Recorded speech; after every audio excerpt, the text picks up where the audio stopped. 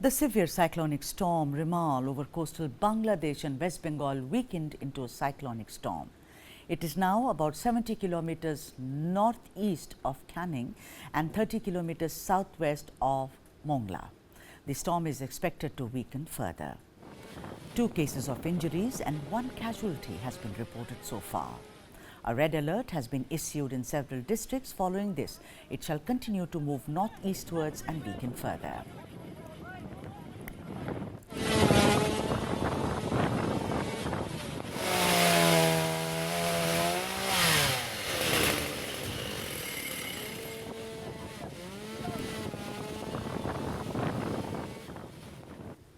However, a heavy rainfall warning has also been issued in Odisha, Assam, Meghalaya, Arunachal, Nagaland, Mizoram, Manipur and Tripura.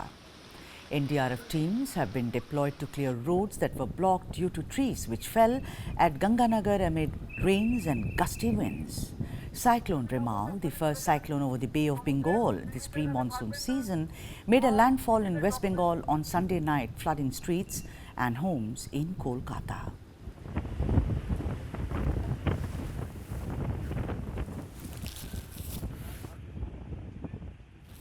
Flight operations, which were suspended, have now resumed in Kolkata airport after clearance given by the IMD.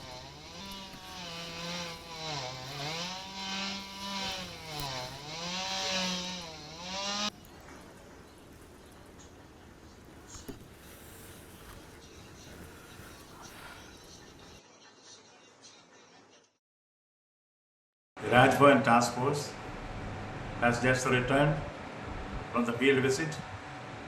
We are all greatly relieved that no reported casualties there. The Remal cyclone is weakening and the people of Bengal have been able to brave it with fortitude and courage. We are watching in case there is any need for any help. Rajbhavan Task Force is ready. We will all work together to see that we tide over this crisis in a very, very effective and proactive manner.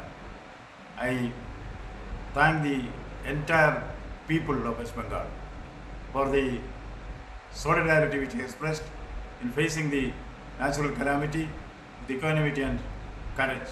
Very severe cyclone का landfall हुआ था और उस समय wind speed थी तकरीबन 110 से 20, gusting speed 135 बताई जा रही थी और अभी वो वेरी सीवियर साइक्लोन से साइक्लोन में बदल गया है और तकरीबन आशा है कि शाम तक ये डीप डिप्रेशन में तब्दील हो जाएगा। जो हमें जानकारी मिली है, एक डेथ की रिपोर्ट आई है कलकत्ता से, जिसमें एक वॉल कोलैप्स के कारण एक व्यक्ति की मृत्यु हुई है और उसके अलावा ज़्यादातर जो है वो पेड़ के गिरने की खबर है। तकरीबन 200 पेड़ अलग अलग जगहों पर क्षतिग्रस्त हुए हैं, जिसके वजह से ब्लॉकेज हुआ है और रेस्टोरेशन वर्क एनडीआरएफ और जो अन्य एजेंसीज हैं स्टेट की, इनके माध्यम से किया जा रहा है।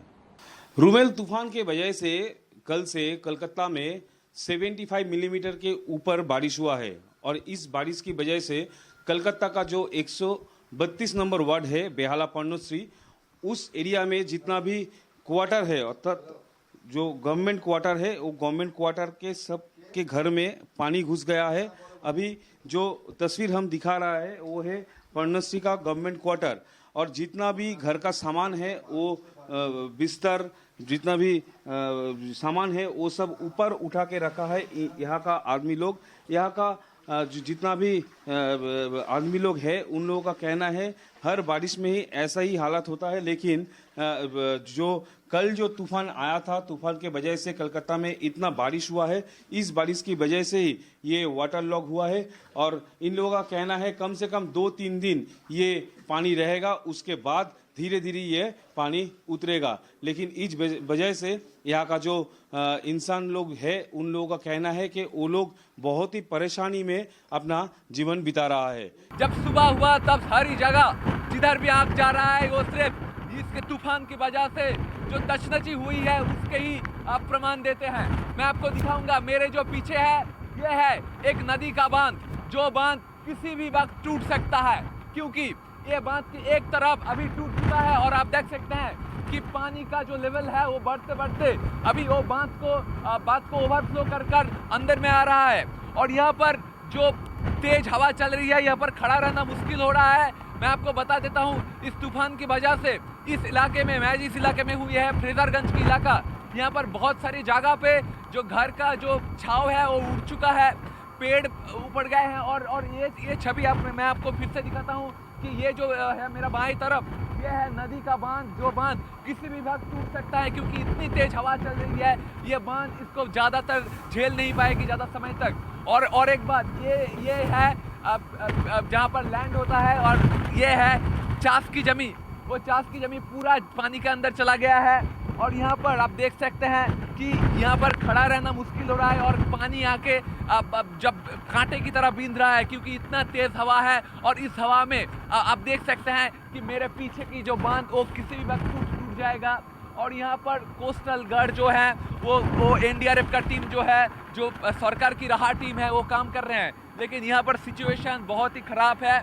मैं आपको बोल सकता हूँ लैंडफॉल हो जाने के बाद भी ये रेमाल तूफान जो नज़रिया दिखा रहा है, इसमें से भी एक बात ही कह सकते हैं, तचनची और हर जगह पर सब तबाही चल रहा है।